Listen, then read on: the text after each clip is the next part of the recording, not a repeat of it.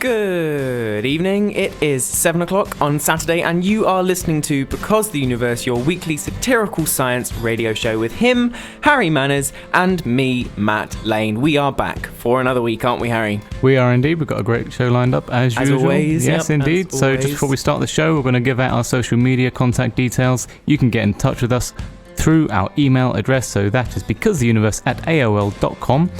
You can get in touch with us through Twitter, so that's at CosTheUniverse, CosTheUniverse, and also on Facebook. So that's Facebook.com/BecauseTheUniverse. Indeed you can, and please do. We would love to hear from you. Love if you have any questions or thoughts on any of the things we're discussing, or if you would like to come on. We will eventually get around to organising ourselves a little better. Yeah. That means we will have two guests, one hopefully from the science department, one not. We will. It's early in the year, so we've got a lot to catch up on. In fact, I think up until now, we have just been catching up on the news over the summer. Up on the news because so much happened. It did. I mean, it's almost as though the world kept spinning. It is. It's as though life continues beyond university. I know. Could you possibly imagine such a thing? I don't know if I could, to be honest. No, some days. Yeah. Right, so what have we got in line today? Well, I mean, there is more news. There's always more news. Of course, there's a couple of things, I want to talk about, pick up on that have been going on, and then we're going to have a bit of a tech fest, you and I, aren't we? Yeah. We're just going to talk about whether or not we're addicted to tech. Yeah. If we are, whether that's a good or a bad thing. Yeah, the repercussions that has. Yeah. Yeah, sure, okay. So before that, we'll go to a song. Let's do that. And then we'll come back and we'll continue from there. Yeah. Righto. So we're going to go out on Love Me by the 1975. We'll be right back. This is your Raw. Welcome back. You're listening to Because the Universe. It's Saturday night, 7 o'clock, and we're talking about tech and how it'll affect our lives. Mm-hmm. Just before we go on with the show, once again, I'm going to give out our contact details so you can get in touch with us through Twitter, COS Because the Universe at Cos the Universe, Facebook.com/Because the Universe, or BecauseTheUniverse@AOL.com. Indeed. Harry, I'm looking through some of the news that I wanted to bring, and I've realised that pretty much all of it is tech-based. So I think... Oh, that's good. We always do this. We always talk about the news at the beginning of a show. It's a really good pattern to be in, I think. Yeah. But let's try to keep the news so it isn't techie. All right. Let's do a tech-free news. Tech-free news. Okay, I think I've got that. Go for it. All right, okay. First story, called What the Flux. So, there's an F-type star. And it's not been astronomy, investigated. Really? Oh yeah, always. There's always.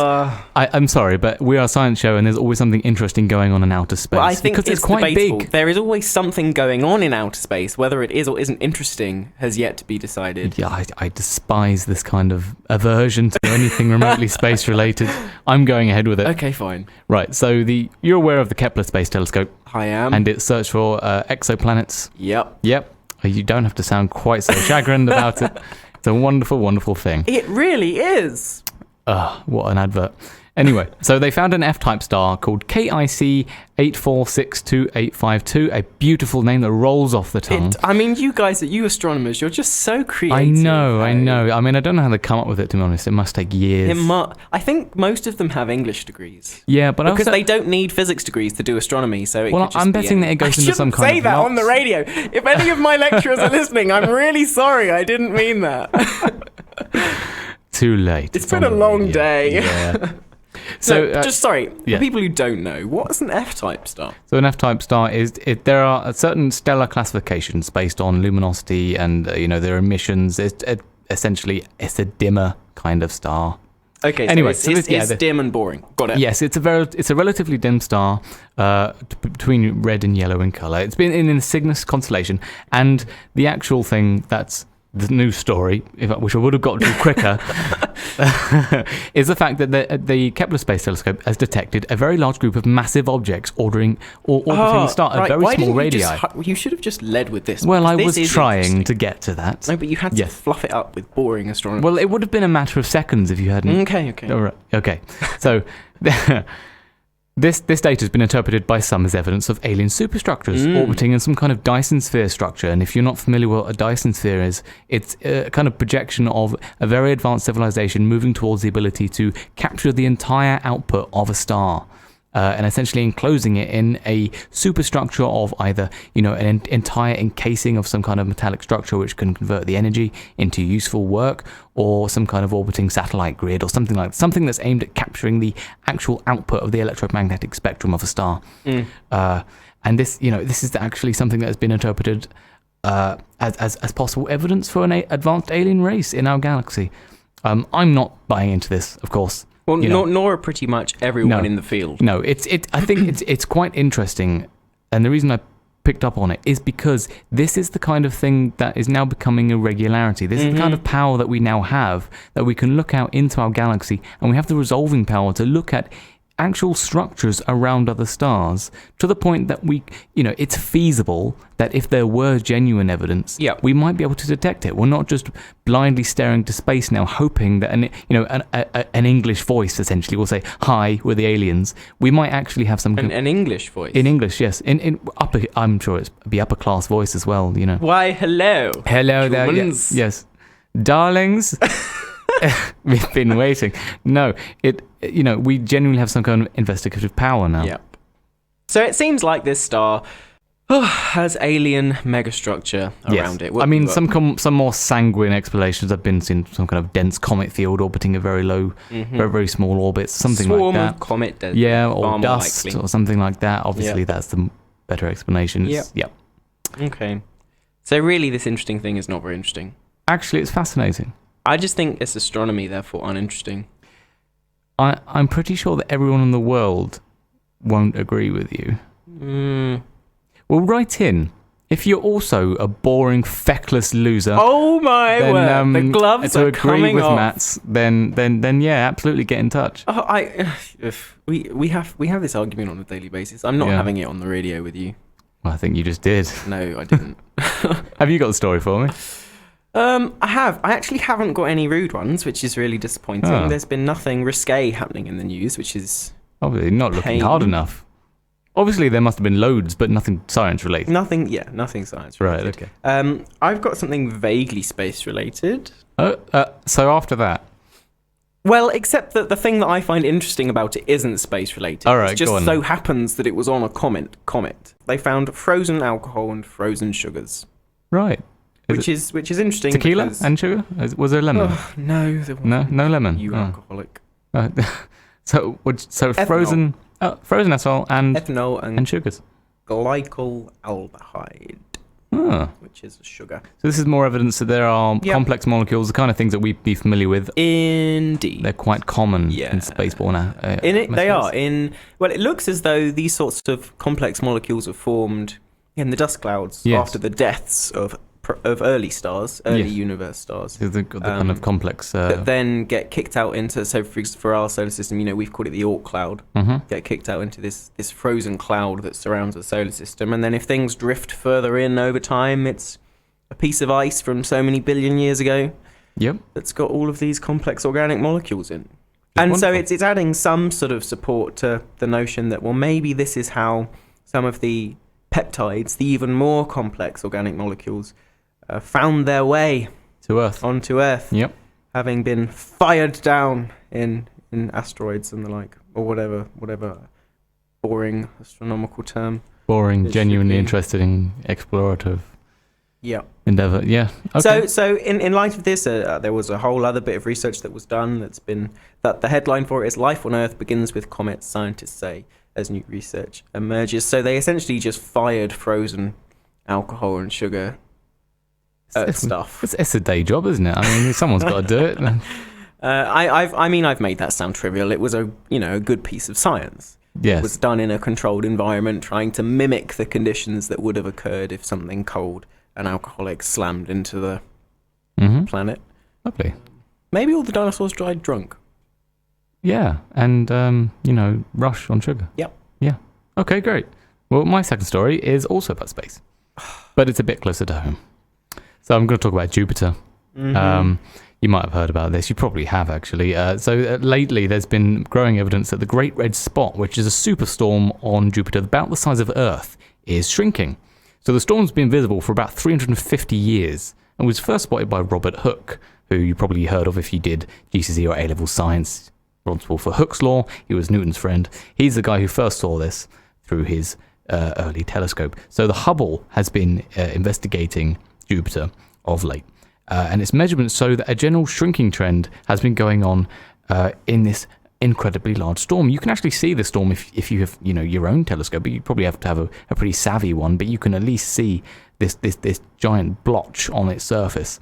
But it's been changing color. And there's been a great amount of cyclonic and anticyclonic activity on the surface, as well as this general trend. So it seems that Jupiter's undergoing some kind of major climate change. And, obviously because its surface evolves over such large timescales, we can't be certain of anything right now, but it seems that there's something definitely going on down there. Ooh, that's quite interesting. Do we have any idea what? What kind of stuff's going on? Yeah. Well, it just seems that this is part of its usual trend of there seems to be very long scale convection activity going on. So it might be the part of its usual activity. We don't know. Yes, I thought it was quite interesting. Yeah, it is. All right, have you got another one for me? I have. I've got a really physicsy one. Physicsy one. Really physicsy. So any of you science nerds out there will know Einstein's got this quote. He said, "God does not play dice." Right, and it's this notion of the universe obeys fundamental, incontrovertible laws, and nothing is left down to chance. Yes. Because he didn't really like quantum mechanics. No, he didn't want the probability thrown in there. Well, Einstein has been officially now proven wrong. There is no room left for any sort of local theory anymore. Oh, really? So this is entanglement. This is when you have two particles. We'll go with the example of electrons. And what you essentially do in a really fancy way is squish them together, so that for those of you who are more physics savvy, so that their wave functions, you have one wave function that is describing the state of both. Right. And then you have them over some distance, and when you measure one, the other one will be correlated to that measurement of the first one. And so Einstein would say, well, it must be the case that some signal goes from one to the other. That signal cannot go faster than the speed of light. Or he would say, it's nothing to do with chance. It's not that they're entangled. It just so happens that they're communicating in a way that we cannot measure. Right. But what this experiment has done is it's used the world's fastest and strongest supercomputer for generating random numbers. Okay, so it generates the most random numbers that can be generated. When I say most random, I don't mean the largest quantity. I mean a single number which is as close to being truly random, but over a very rapid timescale. Okay. To determine the way in which the state of the electron is measured. And then almost simultaneously, an electron is measured so many kilometers away. So that there isn't enough time for light to travel between the two. Right. And they're clearly correlated in a way that can't only be down to chance. So essentially they have confirmed quantum entanglement. They have, but in a way it's something to do with this random number generator in a way that shows that the universe is definitely random. There is definitely some element of randomness. That's fair. And there is also some element of non-locality, i.e. things travelling faster than the speed of light. That's interesting. So for those of you who are physicists, that should be interesting to you. Yeah. Hey. Oh, well, I'll have to go away and look up how they managed to do that, because, of course, computers generating random numbers are always pseudo-random. It's an interesting thing in and of itself. They can't actually do it. It's kind of, for all intents and purposes, for most basic concepts, they're random. Yeah. Okay, lovely. I've got a last story then. Okay. This one's about HIV.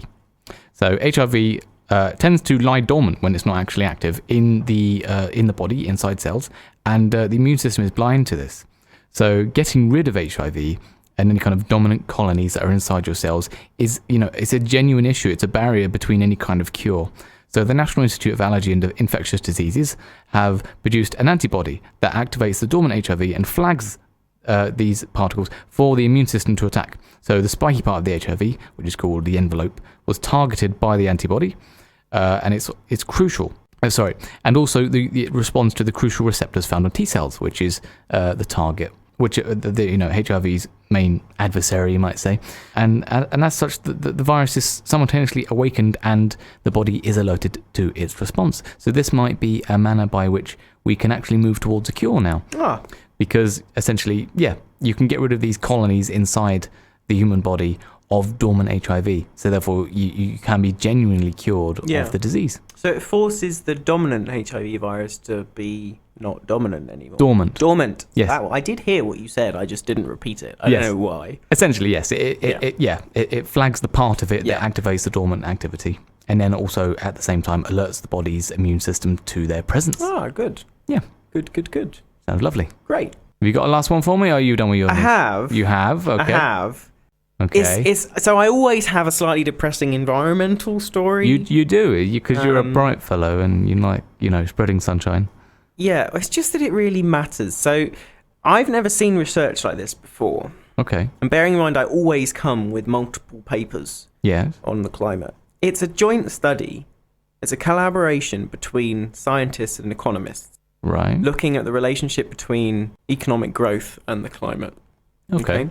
And they've concluded a number of things. One of the things they've concluded that the optimal temperature for economic growth is approximately 13 degrees C. Right. They've also managed to show, well, I say managed to show, predictively, they're also predicting that by the end of the century, or do I mean decade? Which one's 100? A decade. Decade. Cool. By the end of the... it's a century. Harry. 100 is a century. Were you messing with me just then? Yes. That's really horrible. You didn't notice the difference between 10 and 100. I'm tired. Right. Okay. By the end of the century, as a result of mean surface temperatures increasing, average global income will be 23% lower than it would be without climate change. And it also predicts, for the specific case of the United States, that it will lose 36% of its projected GDP.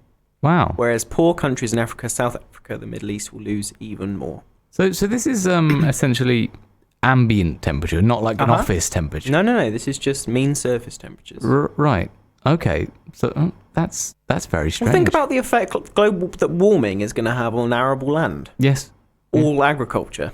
But just or pretty much everything that require. I mean, all plastics require huge amounts of water. Water becomes scarce. Suddenly, everything that uses plastics is in trouble. Yes. Also, people. People also use water. Yeah, they need that. Yep.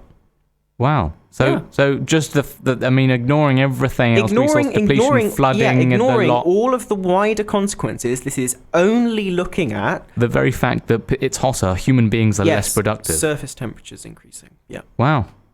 Oh, that's good news. I mean, they're big numbers, right? 23% lower than it would be without climate change. That's average global income, and a 36% loss of its projected GDP in the state. That's the equivalent of just clocking out 2 hours earlier. Yeah, it's for every shift. Yeah. Wow. Yeah, I know. Well, good. Thanks for that. Don't mention it, Harry. Yeah, lovely. Okay, so I think we'll go to a break now, and then we'll come back again, and we'll start on the topic of the evening. So we're going to go out on "Life Is a Fear" by the Editors. We'll be right back. Raw 12:51 a.m. 12:51 a.m. 12:51 a.m. 12:51 a.m. 12:50. And we are back. This is Because the Universe on Saturday evening. Was really long. It was weird, wasn't it? As a new kind of swipe in from the audio wall. Yeah, I'm not going to use that again. No. Anyway, yes, you're listening to Because the Universe on Saturday evening, and tonight we're going to be talking about tech and how it's influencing our lives. Whether we're addicted. Dependent. Yes, essentially. So the reason we chose this topic is because our internet provider has gone down. We need to have a little moan about this. Okay, so a company that will not be named, that has the letters T and B in its name, just not in that order, right? So I don't want to make it clear who they are, because we probably shouldn't do that. It could be anyone. The only letters are T and B, not in that order, but I'm not going to tell you which company it is who supplies our internet. Yeah. It's just not working. No. The orange light is flashing. Yes, it's broken. I'm so angry.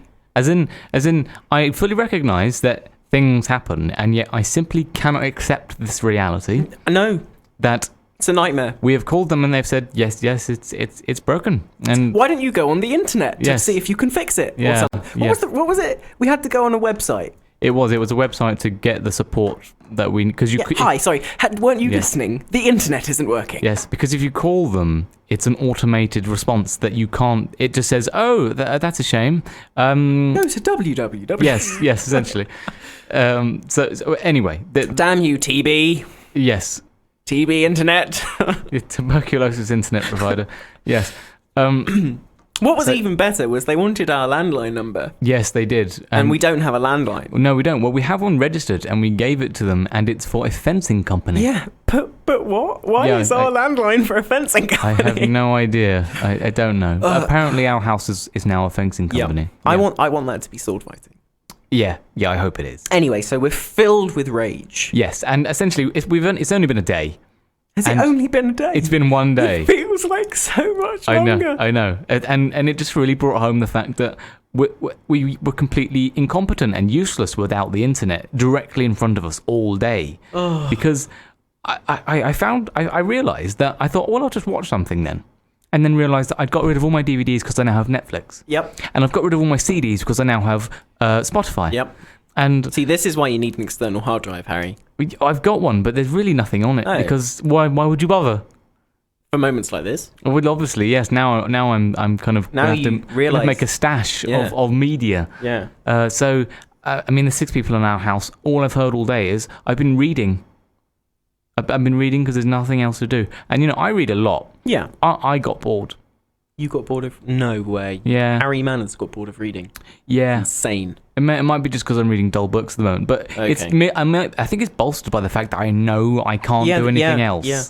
Yeah. And I realise that all of my files are on Dropbox. Mm-hmm. So that's that. No work. There's nothing I can do. Ooh. I had to come on campus just to check my emails. Do you not have internet on your phone? I do, but I don't want to use it all because I don't know how long it's going to be broken. But anyway, we just really it sparked this idea that we think of ourselves as very advanced now, that we've almost surpassed some kind of reliance on technology because it's so integrated in our lives that you almost forget it's there, and yet we've never been more vulnerable than ever. It's really quite disarming. I partly agree. In what way do you disagree? I think that we are dependent on information rather. Technology is simply the means by which we access this information. Well, you say that, but most of the time we aren't accessing it for information at all. We're accessing it blind. Yes, but you're not ordinary. I know, Sting. It's like a dagger in my Well, heart. it's not really an insult because what I was going to say was that people access it for purely mindless reasons, or they're trying to become mindless. Oh. It's just a matter of course. They'll go on Facebook and start swiping, or go on their But there are chosen so many meme interesting things online. There are, but there are also many things that require you not to think, which are entertaining. And I think that's the main vector by which people approach the internet. Think of, like I just listed, your music and your videos, your YouTube, and you've got your films and TV programs are all on the internet. And cats. And there are many cats. And pictures of Nicolas Cage's face. Nicolas Cage, yeah, he's on there a lot. Yep. Yeah, I don't know how he spends I don't know how he finds the time to put his face everywhere like that, but he finds time, just like the cats do. Yeah. Yeah. But I mean, you say you disagree. No, it's not that I disagree. It's that I'm very cautious of saying that we are too dependent on technology. Well, I didn't say too dependent. No, I know, but I just want to be careful about the phrasing. Okay, let's address that then. What do we mean by this dependence, addiction? Are we saying that it's fundamentally changing what it is about it to be human, or how we live our everyday lives? Because I would say it's irrefutable that it has changed how we live our lives. But it's basically changed it completely for the better in almost every way. I mean, the good vastly outweighs the bad. Yes, I would agree with you, but it's kind of the common adage of the elderly to say something like the new thing. It's not like it used to be, and then implicit in that statement is a kind of as tagging a better quality on how things used to be. Yes, we didn't have these video games when we were young, and you think, well, that's a shame. Yeah. Why not?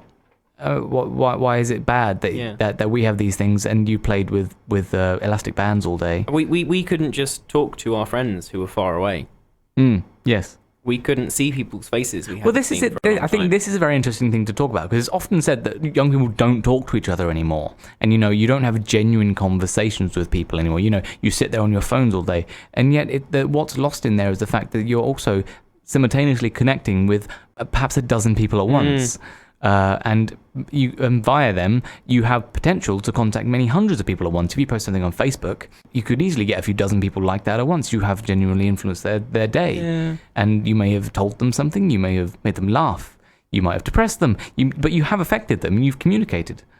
And so the web of human communication has spread, exponentially. The idea that you have one pen pal and you wait 2 months for a reply is so moot now, and it sounds almost terrifying to say the potential of reverting to that kind of level of communication. I think it would genuinely alarm people.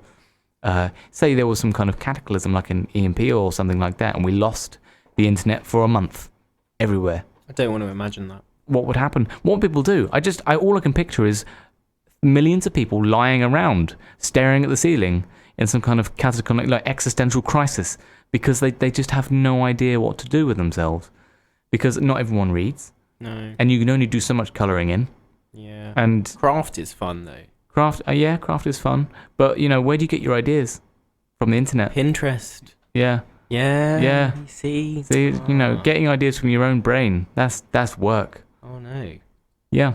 But again, To be fair, though, right, I feel like there's an interesting, a potentially false or flawed comparison implicitly being made. With what? Right? Which is, we're saying, okay, where do you get your ideas from? Yeah. The internet. Mm-hmm. Well, no, right? Because before, you had to talk to people, or you went and looked in the library. Yes. All that's happened is we have so much more information available to us. You're still coming up with the idea. You're just drawing on many, many, many more sources. Which I feel like there's a bit of a false conflation between information and technology. They're not the same. No. I'm not saying you're making it. I'm just saying that in general, I can see what you're saying. I was reading various articles today, just to see what social media and what people and reporters or what people are saying about are we too dependent on tech? Mm-hmm. And the thing I noticed again and again and again was this conflation of technology and information. Well, they're not really defined in the public lexicon, are they? They're kind of nebulous terms that encompass this vague idea of something digital. Yeah. But I want to pick up on that point that you said. Go on. It's a bad comparison because you are still gathering information. You would go to a library or something, I think you said. But kind of what I was trying to get at was the idea that those old sources of information no longer exist. It's not like we've put on top of those. Libraries have gone.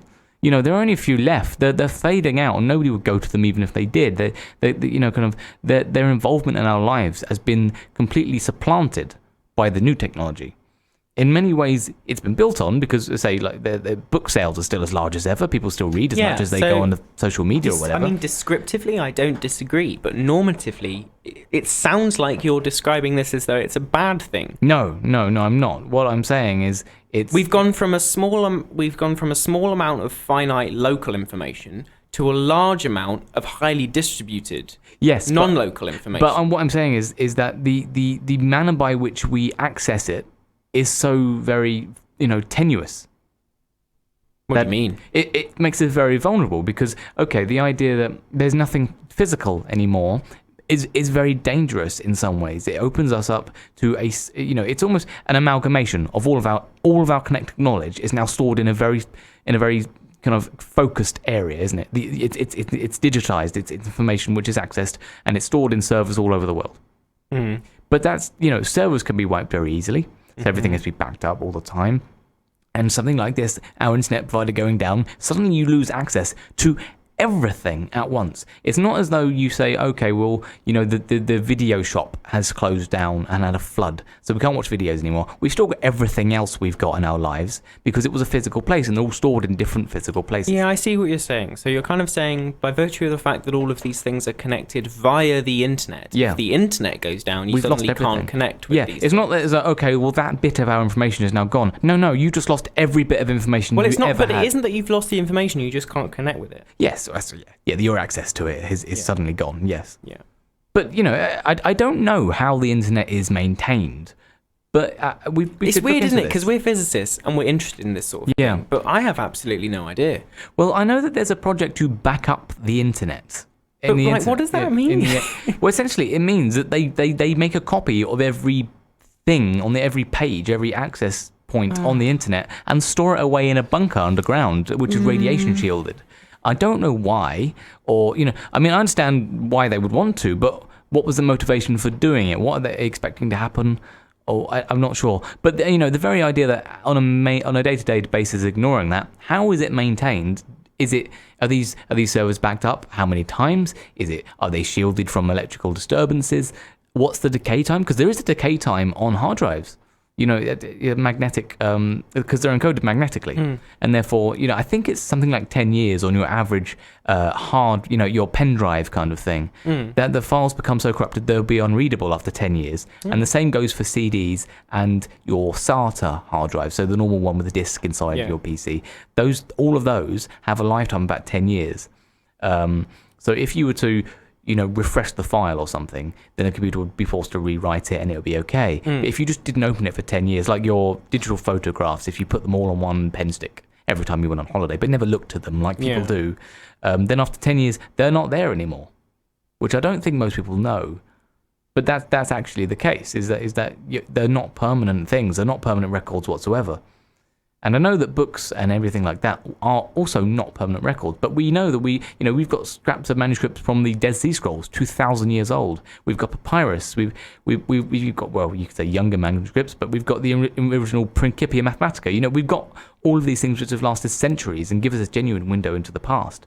If there was some kind of cataclysm with the internet, it may be that future generations will have absolutely no record of anything to do with our lives, because we've got newspapers still. Maybe, but I don't think that gives an accurate reflection of the enormity of activity that goes on in our lives. I'm not. I don't want to be very clear. I'm not saying I disagree, right? But if the internet goes down, yes, we'll still have X ancient papyrus scroll. Yes, but only the people right next to it are going to know about it. Yes. The only reason we know about all of these things is the internet in the first place. How so? In that we know about a lot of these ancient documents because you've read about them online. Yeah. And so it just seems a bit of an odd... But I know this isn't what you're doing, but when people talking about the internet as though it's a massive risk. Right. No, that's not what I'm saying. It confuses me because it's less of a risk than any other sort of data storage we've ever had before. No, I would absolutely agree there. It's a remarkable achievement and it's a massive step forward. Yeah. But what it is it's unprecedented. Yeah. Is that we have no analog to compare this to. Yeah. And therefore, we don't really know what we're doing, because of course we don't. We're in uncharted territory. Yeah. And therefore, we've never encountered any kind of genuine risk. We've never, a cataclysm, nothing has ever happened which has actually threatened the internet's existence. And therefore, there has been no pressure for it to evolve any kind of safeguard or backup in any kind of meaningful way. I mean, I don't really know if that's even possible. Yeah, I don't know. I don't know enough about the structure of the internet. Well, the basis of it is that it's manipulated by the original HTTP protocol, isn't it? And it's just a bunch of interconnected computer servers. And that's pretty much all it is. And then you have main fiber optic cables laid under the oceans, which connect the continents. But besides that, it's local, and it's also beamed, of course, by satellites, just like all other telecoms networks. But other than that, it's not really very complicated. The only thing that would make By which you mean on the scale of things that are incredibly complicated. Yes. It's not very complicated. In principle. Yeah. It's relatively straightforward. There are just lots of things wired together. But, the only things that introduce chaos into this kind of thing are the manners in which we actually use it. So things like search engines and so forth, which are on the scale of very complicated things. Yeah. They are much more complicated. Yeah. And maybe we can address that, actually, because Google was for a long time, proud of its uncensored nature. Mm-hmm. And now there's been a kind of lean towards, they now regularly remove pages from the search engine for whatever legal reason. Yeah. And that I find it very interesting that it introduces the possibility that we might be being restricted in some way from, freedom of speech or whatever, that because this is now the ubiquitous manner by which people access information, they're not aware of what they don't know or what they are being restricted from. Because it's not physical, there's no way to see when something is being hidden from sight, when something is deleted. It's not as though there is some, a building has suddenly disappeared, people would notice, or a newspaper suddenly went out of circulation, people would notice. Yeah. If a person went missing, someone would know. But if a web page goes missing, who knows? Because the people who access that information aren't necessarily in one place, and therefore they're isolated. Individual web pages don't have a ubiquitous audience, and therefore if it suddenly goes missing, there's no outcry. Yeah, I mean, what we're saying again is the internet is the vehicle by which we obtain knowledge, and since it's now pretty much the only vehicle by which we obtain knowledge, it's easier to manipulate have it. Censorship. Yeah. Yeah. But, It's been remarkably resistant to it. Yes, it has. Remarkably it really, so. really has. And it's exactly like you say, it's because we've never had this before. Nobody quite knows how you would censor it. Yes. Well, they tried in the Arab Springs. I mean, Tunisia deactivated the internet, and yet they found remarkable ways around it. And we had thousands of Twitter pictures and tweets and all kinds of social media outlets and broadcasts live from the actual protests themselves. Yeah. And an incredible I remember watching the Arab Springs via social media instead of the news. It was a remarkable manner by which you could immediately connect with people's lives without the filter of any kind of institutionalized network. Well, not being funny, most tech literate people get their news via social media. They don't get it by traditional because it's immediate. broadcasting. Most of the people who are regular Twitter users know about the news a day before it actually goes live. Exactly. You get the spectrum of opinions. You do. As opposed to a single opinion you would get, or even an impartial opinion has some intrinsic. Some parts of the news have been stripped out for whatever reason. Yeah. And so you get the genuine spread of information. You get the depth and the human story. And what you also find with social media is people tend to make it much more obvious what their personal view is. Yes. It's usually much clearer what the bias is. Yes. Whereas because you assume with the news it's not biased, when it is. Yes, it has to be. Yeah. It's run by a bunch of humans. Exactly. But with social media, there's so much of it. It's so obvious how it's biased. Everyone kind of tells you how it's biased. It's much easier to look at a spread of views rather than one. Yes, and also it's a good thing. It's very healthy as well, because on a large scale, that the actual intimacy of a personal opinion gets washed out. What you end up with is a spectrum, which isn't in any way polarizing. It's not, in inverted commas, offensive or anything like that. People get offended, but it's the internet. So you do end up with a genuine spread of opinions, by which you can then make what I feel is a more informed judgment on what's going on. Definitely. So, in that sense, it has shown a remarkable ability to transcend censorship. Yep. But as we said, no one has had this before, and so if by some way people come up with a manner by which to manipulate the internet on a large scale, then it could have devastating consequences for everybody. It could. China has outlawed Facebook. Has it though? Yes. There are various other alternatives, and I believe they get around it. Because everyone seems to says there's something slightly different about this. Yes, I know. I'm not sure of the facts. So it's commonly said that it's banned, and being very savvy with the way that the world is, it's not difficult to understand how that would come about. Try not to say anything risque there. It's believable that the Chinese government would ban Facebook. Yes. Yeah. Yes. There we go. I said it. Thanks. And that's the kind of thing that we're talking about here. Is if that's a reality, that you can impose a restriction like that on 1 billion people. Yeah. Just say no. That they pass through one bill. Nope, you're not having it. Gone. Yep. And it's just that a main vector by which people communicate is suddenly wiped. That's the kind of thing which is of genuine dystopian, cliche almost. But it's the kind of thing that 1984 predicted. It's that level of manipulating people's minds. It seems to me that we're not saying we're too dependent on technology. We're saying that we're more dependent on ever than information, which is a really, really good thing. The vehicle by which we access it is is via technology. Yes. But technology can be regulated, and that poses questions. Yes, it does. That's a good place to break. Let's break for a song, Harry. Sure. We'll go out for Burning Gold by Jealous Michael. We'll be right back.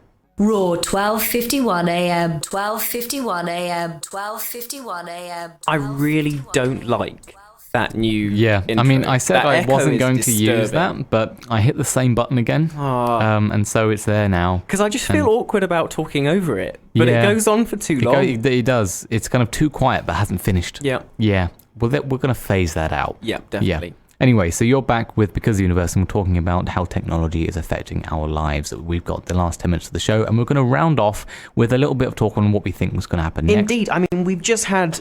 It's just been 25 minutes or something? No. Back to the Future. Oh, that, yes. The 21st, I think it was. 21st of October, 2015. Everyone will have seen this. Yeah. Every corporate interest went absolutely crazy for it to try and make money. Yep. I mean, I remember watching that film when I was young. Yeah. You know, When you back were in the young. 15th century. Yes, thank you very much for keeping the joke alive. Don't mention it. But yeah, I remember this, and it wasn't long after the film came out, and it seemed feasible that these kind of things were going to be the vector of advancement, flying cars. And people look at the film now and they go, well, we're nowhere near that advanced. Mm-hmm. And yet the first thing that always rises up inside me is, we're way more advanced than that. Oh yeah, flying cars. But that is exactly the argument, that flying cars is nothing compared to what we have now. It just wouldn't be very practical. It's not that we couldn't do it. Exactly. Flying cars is a stupid idea. Terrible idea. It is. I mean, there are also other tropes in the film that also are terrible ideas. I mean, you do understand that we have aeroplanes, right? Yes, which are much better than flying cars. So, like, why would you want a flying car? Why would you want one? All you would do is kill everybody. Yeah. People can't drive. Yeah. The idea that they could fly is, trusting people with that is ridiculous. But what we want to talk about really is the fact that... So what happens next? What goes on? What will be happening in 25 years' time from... 25 years from now. From now, yeah. Well, right now we've got a lot of wearable technology. Yeah, I'm not a huge fan. See, I don't think that's going to take. No, I don't think so. Because people have got, the Apple Watch, and you've got the glasses, and there's other kinds of manners of kind of taking everyday objects and putting a computer in them. We're trying to move away from the screen. What's happening is we're trying to find ways of displaying information that feel more natural and less artificial than just a screen, which is why there's so much touch and gesture and voice control, moving away from screens. Ironically, it is the most impractical thing in the world at the moment. It is. Yeah. I mean, what I think is genuinely an avenue by which we probably end up going down is the idea of actual integration of bionics into the body, directly into the body. I agree with you. So some kind of other sensory feedback, some kind of extra sensory input, some feedback, so some accentuation of our skills, and maybe direct links to other means through our nervous system, something like that. Yeah, I mean, you may remember last week I raised that prosthetic limb. So it was a 25-year-old or something who'd lost his hand, or the lower part of his arm to his hand. Indeed, yeah. I mean, I think we're going to do a show on this soon. We are, yeah. So we definitely do need to, because we keep coming back to it. And we do. And as I said, he'd had the limb replaced with a robotic prosthetic that was wired directly to his brain via his nervous system in such a way that you could touch his robotic fingers and he could feel which finger you touched. Which is remarkable, because to know that we are that far along the line now, does it renders these kind of projections which have the ring of absurdity to them. It lends them real credence. Yep. That we already have that technology. Yeah. It's just a matter of implementing it in a way that isn't obstructive. Yeah. And is actually natural. I mean, another one that I think there's going to be a lot of medical, combining medical stuff and tech stuff is where we're going to see a lot. I mean, 3D printing of organs. Yes. I know we've already said this. Say it again. 3D printing is going to revolutionize everything. Yep. But and the manner by which it will integrate things into everyday objects, and in a manner that can interface with us and our bodies. Yeah. Not to be depressing though, I think that come 25, 50 years time, things are going to be a bit worse. In what way? Well, population's going to be huge. We're going to be running out of water. We're going to be running out of food. It's going to have gone hotter. Everyone's going to be poorer. Wealth is likely to be more polarized. So I'm interested to see, there is going to have to be some balancing act between technology, making life better, and we're also completely screwing the world up. I think there's going to be some sort of strange dynamic there. Well, people have thought that for a long time. And there's always the worst case scenario. I think what you've stated is a worst case scenario, because we do have the ability to forestall these disasters. We do have the ability to do it. It's very unlikely in the current political and economic climate that we can, but we do have that ability. And the whole point of pushing forward our technological prowess is to overcome these issues. We can't actually overcome the issues without making technological progress. If we were to stall now at our current point, we would stand no chance. Yeah, I don't want to end on a negative note. No. So let's not end on a negative note. But basically, are we dependent on tech? Not really. We're dependent on information, which is a great thing. The avenue by which we get it is tech. Yes. So yay information. Yay information. Indeed. Well, it's been lovely. It has. Hasn't it? Again, as always. As always, indeed. Mm-hmm. So we're going to come back with you next week. We're probably going to be talking about something else very interesting. We will. Yep, sciencey related as always. Let's go and let's see if we can talk about the biotech stuff. That'd be fun. That sounds good. Great. Okay, join us next week, we'll everyone. We'll speak to you in a week's time. We will indeed. We're going to go out on Into the Sunset by Halloween Jack. See you later.